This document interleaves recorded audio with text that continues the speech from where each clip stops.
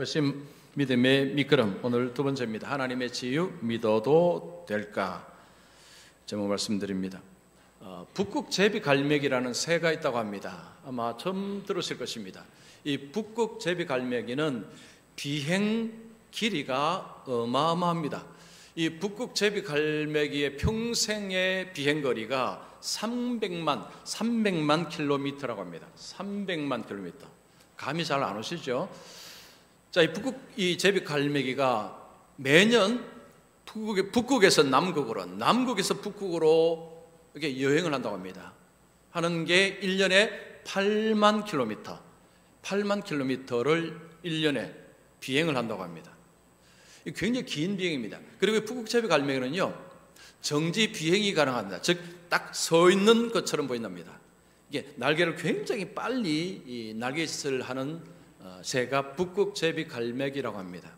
그래서 이 북극 제비갈매기 하면 긴 비행 시간을 가진 새, 뭐 이렇게 생각하시면 됩니다. 자, 그런데 이 북극 제비갈매기보다 더 긴 비행을 하는 존재가 있습니다. 누굴까요?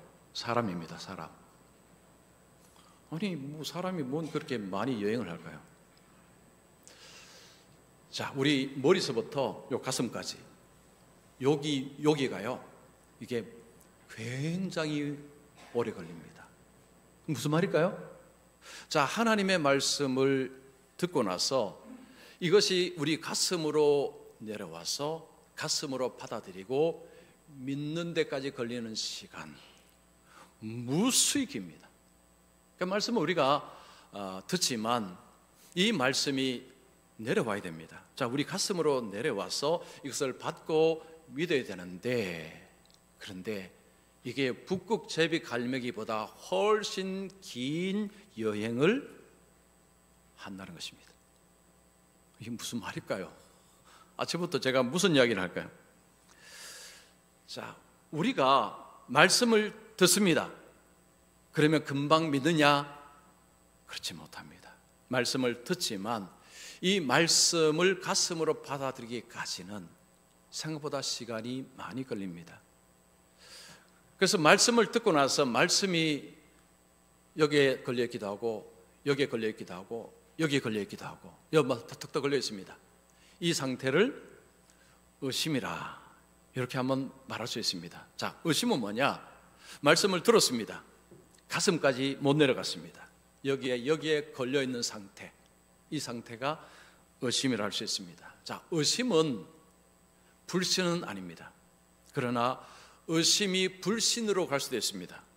의심이 믿음으로 갈 수도 있습니다. 자, 의심이 믿음으로 가게 되면 의심은 믿음의 미끄럼이 됩니다. 이 믿음의 발판이라 할 수 있습니다. 자, 그러면 이 의심이 믿음으로 가기 위해서 뭐가 필요할까요? 하나님의 도우심이 절대적으로 필요합니다. 왜냐하면 이 믿음은 하나님의 선물이기 때문입니다. 자, 우리 에베소서 2장 8절 말씀 우리 같이 한번 읽겠습니다. 너희는 그 은혜에 의하여 믿음으로 말미암아 구원을 받았으니 이것은 너희에게서 난 것이 아니요 하나님의 선물이라. 여기 아멘. 보면 구원도 선물이고 믿음도 선물이라 그렇게 이해할 수 있습니다. 믿음이라는 것은 우리가 만들어낼 수 있는 것이 아닙니다. 믿음은 하나님께서 우리에게 주시는 선물입니다. 자, 우리가 하나님께 받은 선물 중에 가장 가치 있는 것이 뭐냐? 이게 믿음입니다. 자, 믿음은 우리에게 구원을 줍니다. 자, 그리고 믿음은 우리에게 치유를 줍니다. 믿음은 우리에게 구원을 준다는 것은 알겠는데 믿음이 치유를 준다, 이게 무슨 말일까요? 자, 오늘 본문을 통해서 그 이야기를 좀 하겠습니다. 오늘 본문에 아들이 귀신이 들려서 힘들어하는 아버지가 나옵니다. 이 아버지 그리고 예수님과 대화가 나옵니다.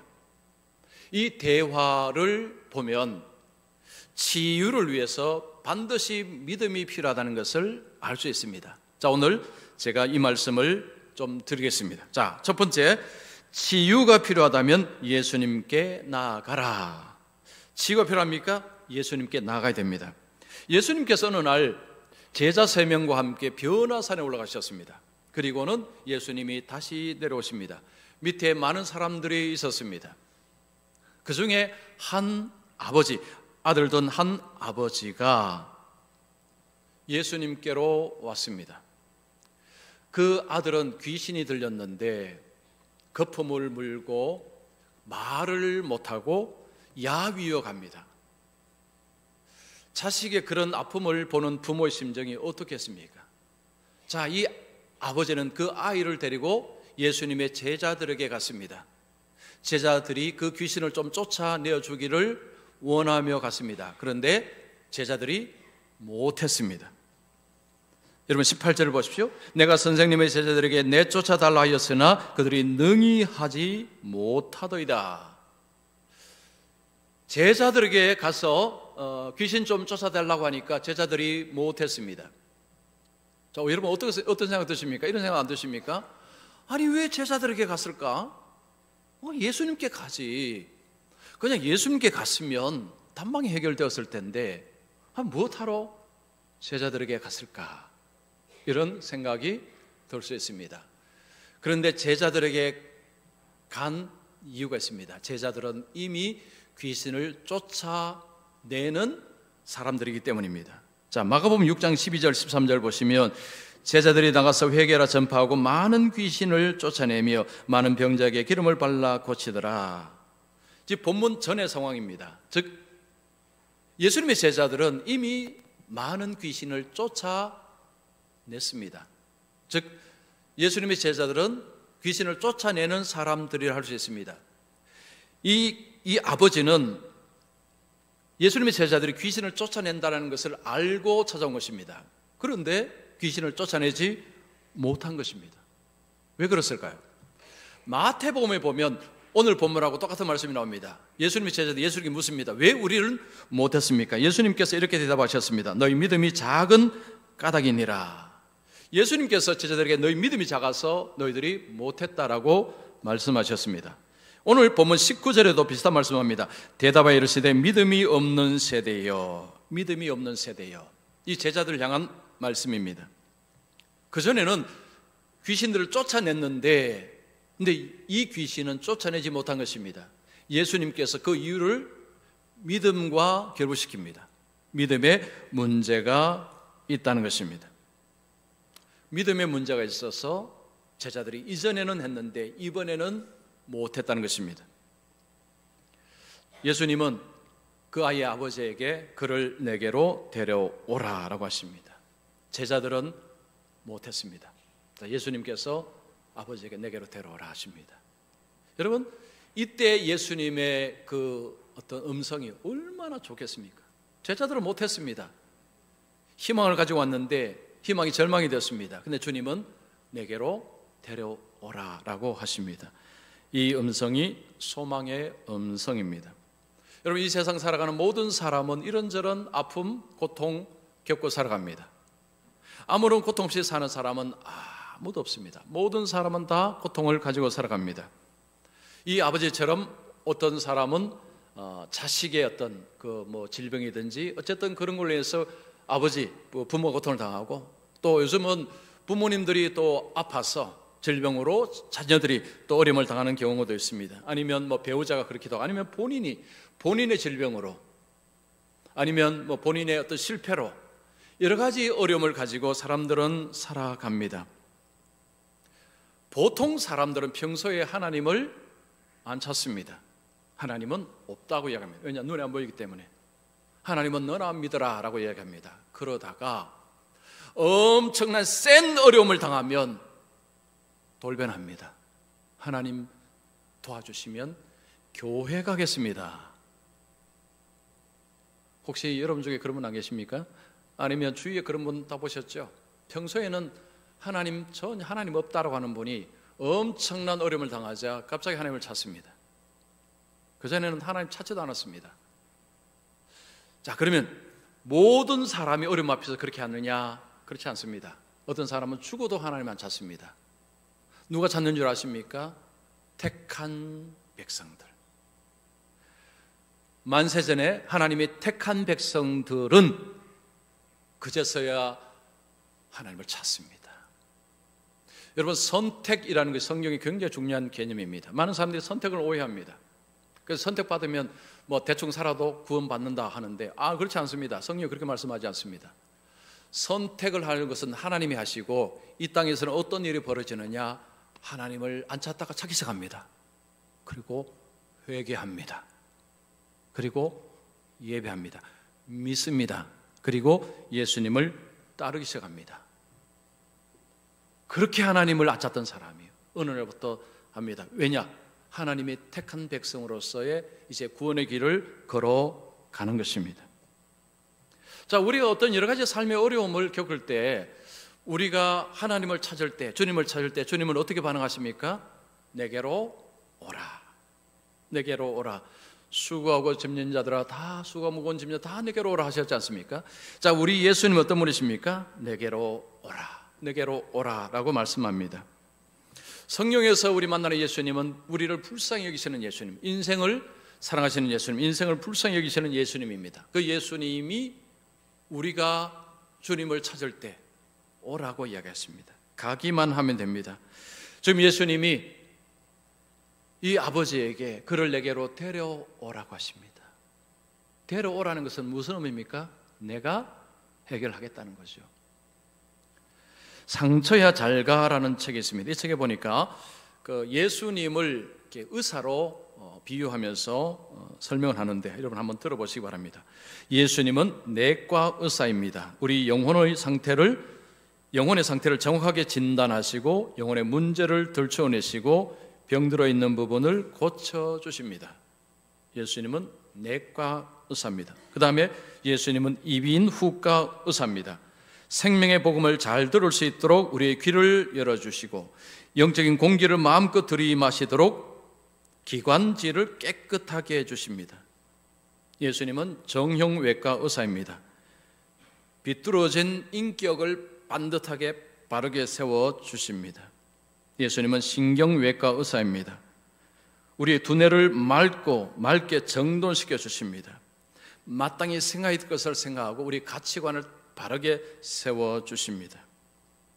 예수님은 외과 의사입니다. 정형칼로 우리의 속사람을 도려내고 나쁜 것을 도려내고 우리의 속사람을 깨끗하게 하십니다. 예수님은 우리 영혼의 주치이십니다.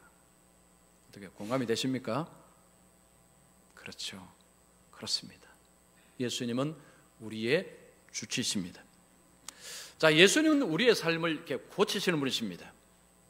그래서 교회를요, 병원이라 이렇게 말합니다. 교회는 병원이다. 교회는 환자들이 모였습니다. 여러분은 환자입니다. 기분이 별로 안 좋으시죠? 그러면 교회 바꾼 사람은 환자가 아닐까요? 다 환자입니다. 뭐 차일까요? 여러분, 교회 밖도 환자고 교회 안도 환자입니다. 교회 안에 있는 사람은 교회 밖의 사람이 무슨 차일까요? 교회 안의 환자는 내가 이 문제를 예수님께 가져와서 예수님께 해결을 봐야 되겠다 하는 사람들이 교회 안에 있는 환자들이고, 교회 바깥에 있는 환자들은 그런 생각이 없는 사람들입니다. 즉 자기 힘으로 자기 문제를 풀려고 하는 사람들입니다. 다 환자입니다. 교회는 예수님께 내 문제를 가지고 와서 주님이 내 문제를 해결하실 줄로 믿고 나온 사람들이 교회 안에 환자입니다.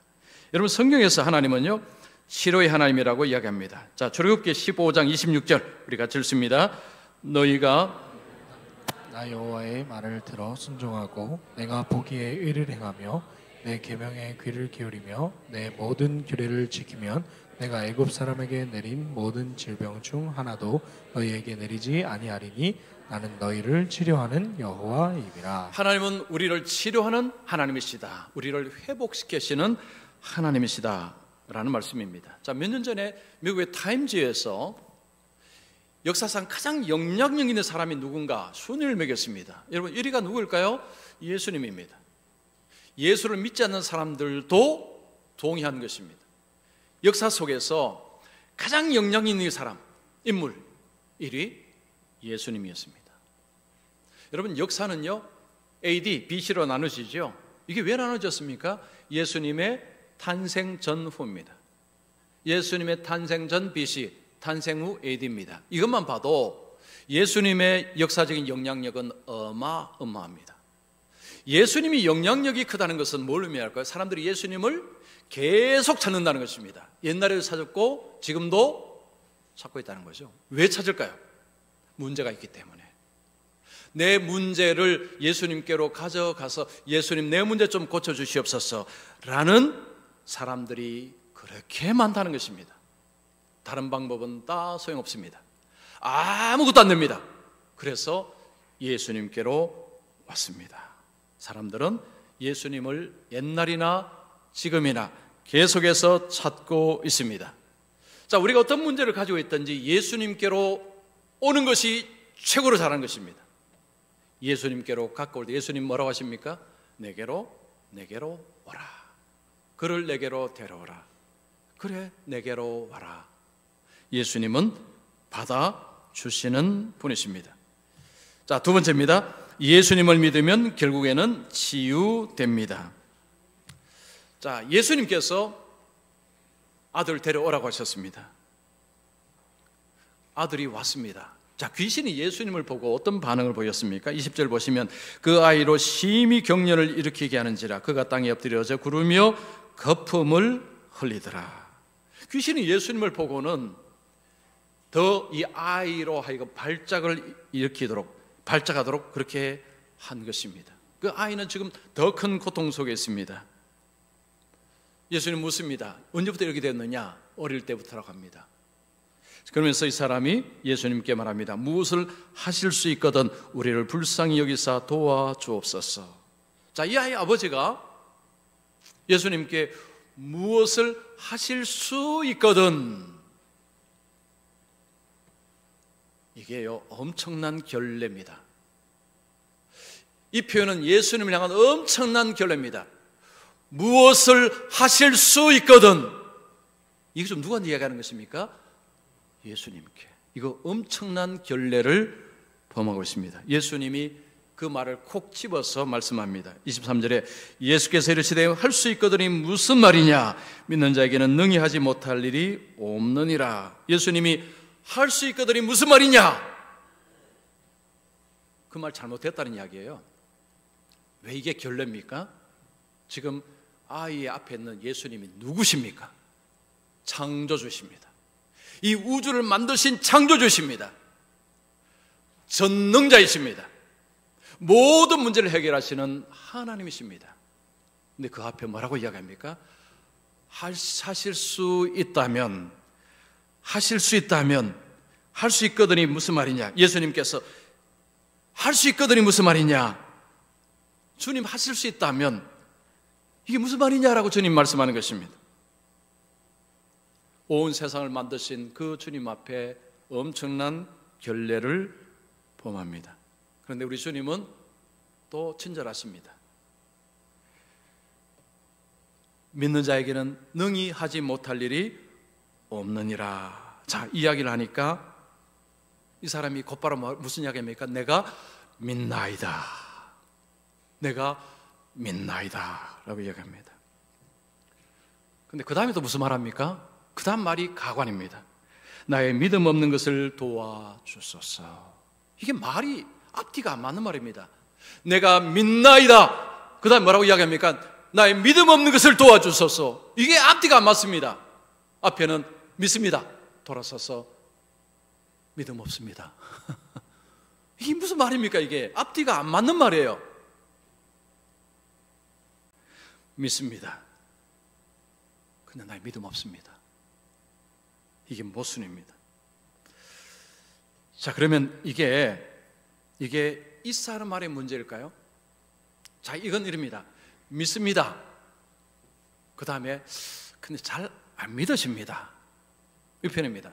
믿습니다 하고는요, 근데 솔직히 말하면 잘 안 믿으십니다. 지금 이 아버지의 말이 바로 그런 것입니다. 믿는데 믿는 것이 힘들다는 거죠. 자, 이 아버지만의 문제냐 아니면 우리 모두의 문제냐? 우리 모두의 문제입니다. 자, 제가 질문할게요. 이 아버지는 믿음이 있는 분입니까? 믿음이 없는 분입니까? 자, 일부 참여하신 분들은 가만히 계시고요. 여러분, 이 아버지는 믿음이 있습니까? 믿음이 없습니까? 대답하시기 곤란하시죠? 믿음이 있습니다. 믿음이 있어요. 그런데 그 믿음에 문제가 있습니다. 믿음이 있으니 예수님께로 나온 것입니다. 예수님을 안 믿으면 당연히 안 오죠. 예수님을 불신했다면 그 아들을 데리고 예수님께로 안 왔습니다. 왜 교회를 와서 왜 예배를 드십니까? 그래도 믿으니 교회 나와서 예배를 드리실 것입니다. 그런데 그 믿음을 뚜껑을 열어서 보니까 구멍이 숭숭 뚫려 있다는 것입니다. 이게 좀 너무 많이 구멍이 뚫려 있다는 거죠. 이게 믿는 것 같은데 가만히 보니까 안 믿는 것도 같습니다. 이게 두 가지가 섞여 있습니다. 이게 바로 의심입니다. 의심의 상태가 바로 이 상태입니다. 자, 지금 아버지는 예수님을 안 믿는 게 아닙니다. 믿어서 왔습니다. 그런데 지금 당장 믿기가 어렵습니다. 자, 우리는 예수를 믿습니다. 근데 막상 세상을 살아갈 때 여러분, 돈 좋아하시죠? 자, 돈 안 좋아하시는 분 손 들어보십시오. 저 돈 좋아합니다. 손 들으니까 이러면 안 드시지만 다 돈 좋아하시죠? 그리고 이름 높아지는 거 다 좋아하시죠? 저도 좋아합니다. 자, 주일날 우리는 믿음의 모습으로 저녁에 예배 드리고 막상 이제 교회 문을 나서서 일상생활을 하면 안 믿는 사람하고 비스무리하게 살아가는 모습이 우리 속에 있으면 그때 주님 말씀대로 하기보다는 세상 방식대로 이렇게 살아가는 모습이 우리 속에 있습니다. 그 없는 분 계십니까? 제가 볼 땐 다 있습니다. 다 있어요. 즉 우리가 믿는데 가만히 보면 안 믿습니다. 자, 오늘 핵심은 이겁니다. 믿는데 안 믿어요. 이 상태가 왔다리 갔다리 합니다. 이게 바로 이 아버지 그리고 오늘날 우리의 모습입니다. 그러면 이때 어떻게 됩니까? 이때 이 아버지는 뭐라고 이야기합니까? 나의 믿음 없는 것을 도와주소서. 우리가 일상생활을 여러분 직장생활을 할 때 막 그 하나님 방식대로 하려니까 이게 안 될 것 같고 그러니까 세상 방식대로 이렇게 또 그렇게 살지 않습니까? 그러면서 나중에 또 이렇게 살면 안 되는데 하고 또 그렇게 살지 않습니까? 그래서 우리는 주님의 도우심을 구해야 되는 것입니다. 그냥 우리대로 살게 되면요 믿음으로 절대 못 삽니다. 여러분 절대 못 살아요. 우리는 그런 능력 자체가 없습니다. 이 아버지는 나의 믿음 없는 것을 도와주소서. 그 다음에 예수님이 어떻게 하십니까? 26절에 그 더러운 귀신을 꾸짖어 이르시되 말 못하고 못 듣는 귀신아 내가 네게 명하노니 그 아이에게서 나오고 다시 들어가지 말라. 예수님의 이 말씀에 귀신이 쫙 나가버렸습니다. 아이는 거의 죽은 것처럼 되었지만 죽은 게 아니죠. 예수님이 이렇게 세우십니다. 나의 믿음 없는 것을 도와주셔. 예수님이 도와주셨습니다. 이 아버지가 그 예수님을 봤을 때 어떤 생각이 들었을까요? 와, 이분은 믿어도 되겠다. 예수님이 보여주신 것입니다. 예수님은 이 사건 후에 어느 집에 들어갔습니다. 제자들이 묻습니다. 왜 우리는 못했습니까? 예수님 뭐라고 이야기합니까? 28절에 우리를 어찌하여 하지 못하냐 하니까 29절에 기도 외에 다른 것으로는 이런 종류가 나갈 수 없느니라. 예수님께서 기도 외에는 자, 여기서 우리는 잘 이해됩니다. 기도만 하면 되는구나. 그 이야기가 아닙니다. 19절에 믿음이 없는 세대여라고 예수님 말씀하셨습니다. 그래서 이 기도는 무슨 기도입니까? 믿음의 기도입니다. 그냥 기도가 아닙니다. 믿음의 기도가 기도만 하면 되는 게 아닙니다. 믿음의 기도를 해야 한다는 거죠. 자, 그러면 믿음이 뭐죠? 믿음은 하나님을 의존하는 것입니다. 믿음은 예수님을 의존하는 것입니다. 예수님을 계속해서 신뢰하고 바라보는 것입니다. 그런 믿음으로 기도를 해야 한다라고 말씀하신 것입니다. 하나님의 방식이라는 책이 있는데 이 책에 어느 실험 이야기를 하나 하겠습니다. 자, 교육 심리학자들이 어린 아기들 대상으로 실험을 했습니다. 이제 막 걷기 시작한 그 어린 아기들을 이제 쭉 세워놓고 5m 뒤에 엄마들을 앞에 세워놨습니다. 이제 막 걸음을 걷기 시작하기 때문에 걷다가 뒤뚱거리다가 넘어지고 뒤뚱거리다가 넘어지고 걷다 넘어지고 아기들이 계속 이제 그런 것을 합니다. 자, 그러면서 이 아기들로 하여금 엄마에게까지 걸어가도록 그렇게 이제 했습니다. 이제 아기들이 뒤뚱하면서 걷다가 넘어집니다. 어떤 아기들은 넘어져도 다시 벌떡 일어나서 또 걷다가 또 넘어지고 벌떡 일어나서 가고 이렇게 해서 엄마에게 갔습니다. 그런데 어떤 아기들은 뒤뚱뒤뚱 하다가 넘어지니까 그냥 거기서 울어버리고 일어나질 못했습니다. 그래서 교육심리학자들이 아니 도대체 이게 무슨 차이일까? 왜 어떤 아이들은 엄마에게 가고 엄마에게 가는데 성공하고 어떤 아이들은 중간에 자빠지면 그냥 거기서 포기해버리고 엄마에게 못 가느냐? 자세히 들여다봤습니다. 여러분, 이건 뭔 차이일까요? 자, 엄마에게 가는 아기들은 가다가 넘어지면 엄마를 봅니다. 자, 여러분의 엄마라면 뭐 하고 있습니까? 막 봐주시면 야야 빨리빨리 일어나 하고 뭐 이렇게 하지 않습니까? 그 아기는 그 엄마 얼굴 보고 다시 벌떡 일어난다는 거죠.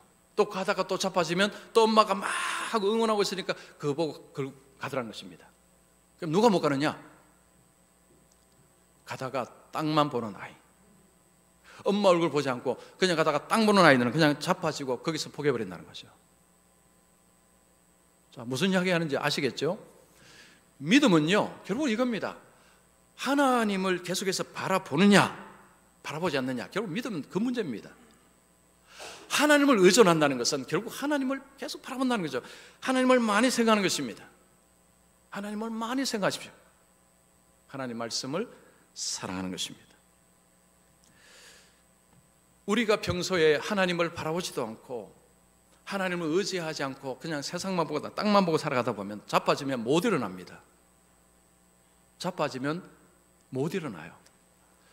여러분, 자빠지면 치유가 필요합니다. 그 치유를 누가 해주느냐? 주님이. 그래서 다시 벌떡 일어날 수 있는 것입니다. 믿음이라는 것은 이게 관념이 아닙니다. 여러분, 믿음은 관념이 아닙니다. 믿음은 현실입니다. 눈으로 보는 것입니다. 주님 안 보이죠? 안 보이죠? 하나님의 말씀을 통해서 주님을 계속해서 보는 것입니다. 자, 지금 주님은 제자들에게 치유를 위해서는 믿음이 필요하다. 믿음이 필요하다. 이야기를 하십니다. 자, 치유에는 믿음이 반드시 있어야 된다는 거예요. 자, 여기서 여러분 오해는 하지 마십시오. 이 무슨 오해를 할 수 있느냐면, 그러면 목사님, 제가 아플 때 제가 아픈 것을 기도하는데 안 나으면 결국은 제가 믿음이 없어서 그런 거네요. 요 오해는 하지 마십시오. 제가 그 이야기 하는 게 아닙니다. 여러분, 성경에는 하나님의 모든 질병을 고쳐주신다는 약속을 이 땅에서 다 고쳐주신다, 이렇게 약속하신 적은 없습니다. 그런데 예수님께서 치유를 약속하신 것이 딱 하나가 있습니다. 이것은 모든 믿는 자에게 해당되는 치유입니다. 자, 한번 볼까요? 요한계시록 21장 4절입니다. 우리 같이 읽습니다. 모든 눈물을 그 눈에서 닦아주시니 다시는 사망이 없고 애통하는 것이나 곡하는 것이나 아픈 것이 다시 있지 아니하리니 처음 것들이 다 지나갔음이러라. 아멘. 이게 치유입니다. 치유. 눈물을 닦아주시고 사망, 애통, 곡하는 것이 아픈 것이 다시 있지 아니하리니, 이게 치유입니다. 이거 언제죠? 주님이 오실 때, 부활의 때, 우리가 하나님 나라에서 주님이 주시는 궁극적인 치유를 누구한테 약속하십니까? 믿는 자에게.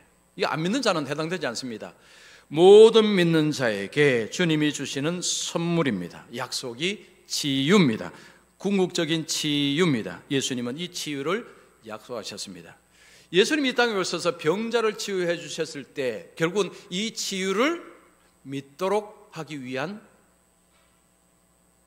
뜻이기도 합니다. 자, 치유, 하나님의 치유 믿어도 될까요? 믿어도 됩니다. 믿어도 됩니다. 믿어도 됩니다. 믿어도 됩니다. 왜냐하면 예수님이 이 땅에 오셔서 많은 병자를 치유해 주셨기에 주님이 약속하신 궁극적인 치유, 이 치유 믿어도 됩니다. 자, 오늘 예배드리는 우리 모든 성도님들은 믿음으로 늘 주님을 끝까지 바라보셔서 이 아기들처럼 자빠지셔도 벌떡 일어나셔서 끊임없이 그 하나님을 바라보시고 끝까지 다름질하는, 그래서 주님이 주시는 궁극적인 치유를 맛보시는 우리 모두가 되시기를 축원합니다.